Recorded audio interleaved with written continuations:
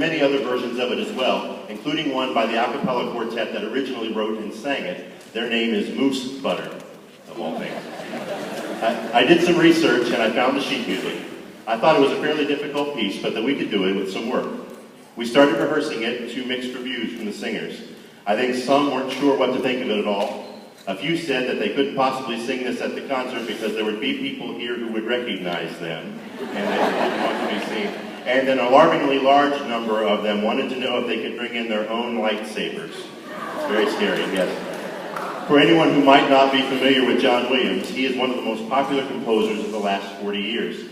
In addition to writing music for several of the Olympics during that time and being the conductor of the Boston Pops Orchestra for many years, he has written the musical scores for many blockbuster movies.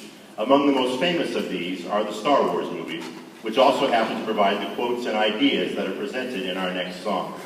Now, for those of you who don't know much about the Star Wars series, depending upon who you ask, you're either really missing out or congratulations on having a life.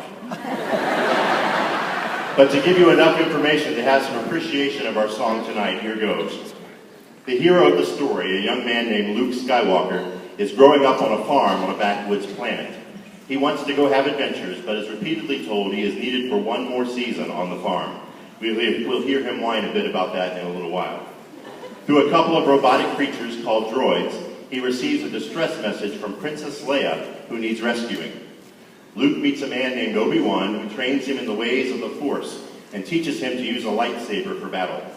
Our hero travels across the galaxy on a spaceship called the Millennium Falcon, owned by a smuggler named Han Solo, and his first mate, Chewbacca, who is a Wookiee.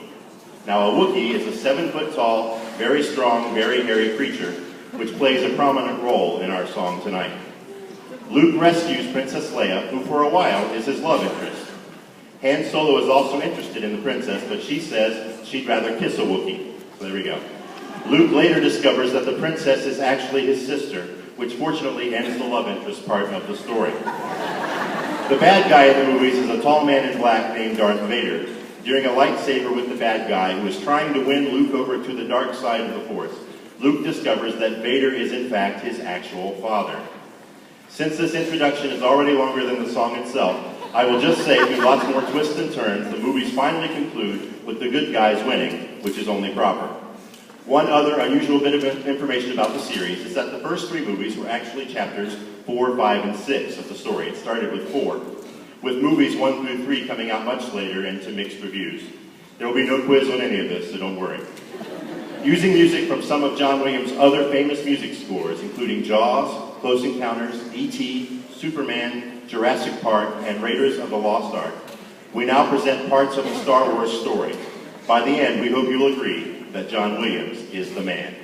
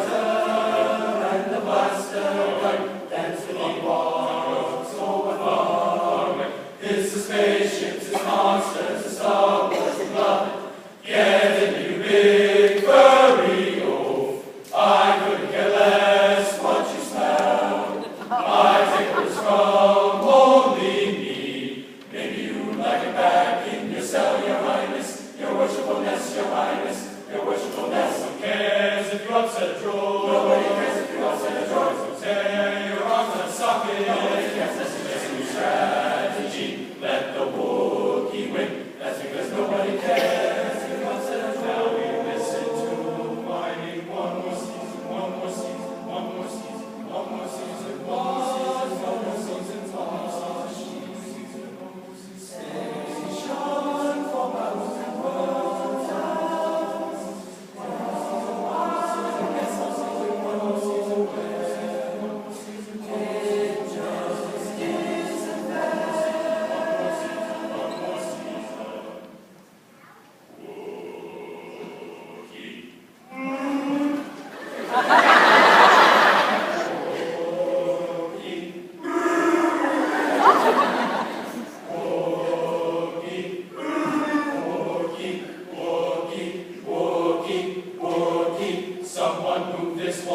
carpet, someone move this walking carpet, someone move this walking carpet, someone move this walking carpet. Kiss your brother, kiss your brother, kiss your brother, kiss your brother, kiss your brother, kiss your brother, kiss your brother, kiss your brother, kiss your brother, kiss your brother. Who's your daddy? Who's your daddy?